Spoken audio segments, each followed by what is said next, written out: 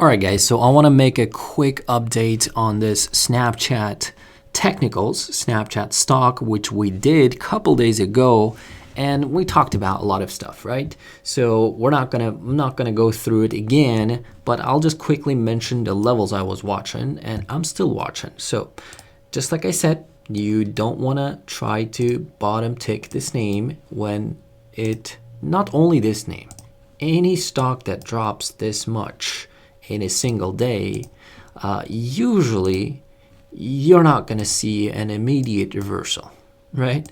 It takes time, all right?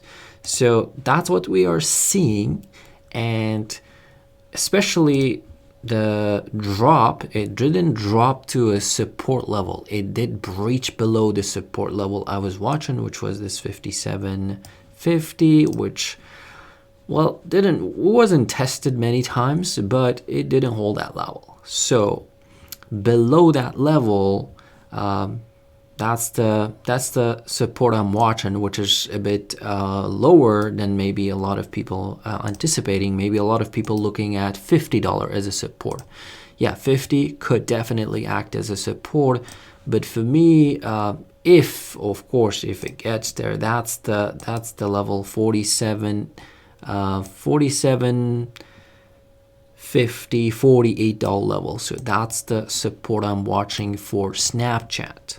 All right. So a lot of people can argue that, okay, it's oversold, I'm getting in here, it's crazy. Well, you don't want to fight that trend.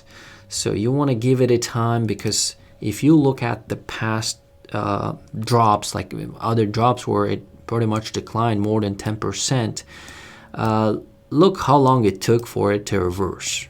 All right, maybe exception was here where they reported solid earnings and stock jumped, but usually, just like I said, it gives you a time, all right, before it will give you a hint that it wants to, that's like it hit a bottom and it wants to reverse. So until then, yeah, like I would also would not mess with options as well, because I mean, unless you are a seller, right? So let's say you want to acquire shares at 47, you can definitely sell a put. Selling a put could be maybe a good idea, but trying to buy a call, I wouldn't mess with that. But again, it's not a video to say that, hey, you should do that or that, but just my 2 cents when it comes to trading these kind of setups, where look at it on a weekly, pretty big drop, right? And volume is staying pretty high as well this week. And today, I think the drop, so it's down another 5.5% and sitting at 52. It could be contributed by Twitter earnings. Twitter reported earnings today, and stock was down as well, pretty big. So let's take a look at the Twitter actually. So Twitter looks like it's down 9.5%, and that's a big drop as well for Twitter. And so yeah, social media stocks, they're not doing well. Facebook is down. The only stock that is doing well is Google so far.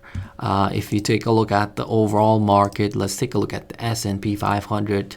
Well, that's what's up. Microsoft, nice earnings. Google, of course, they're killing it.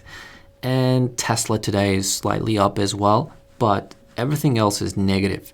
So I would give it a time, and just like I said, those are the levels, and just wanted to make this like quick update. Sorry that if I'm talking a bit too slow, or if I'm dragging it too, I don't have that intention.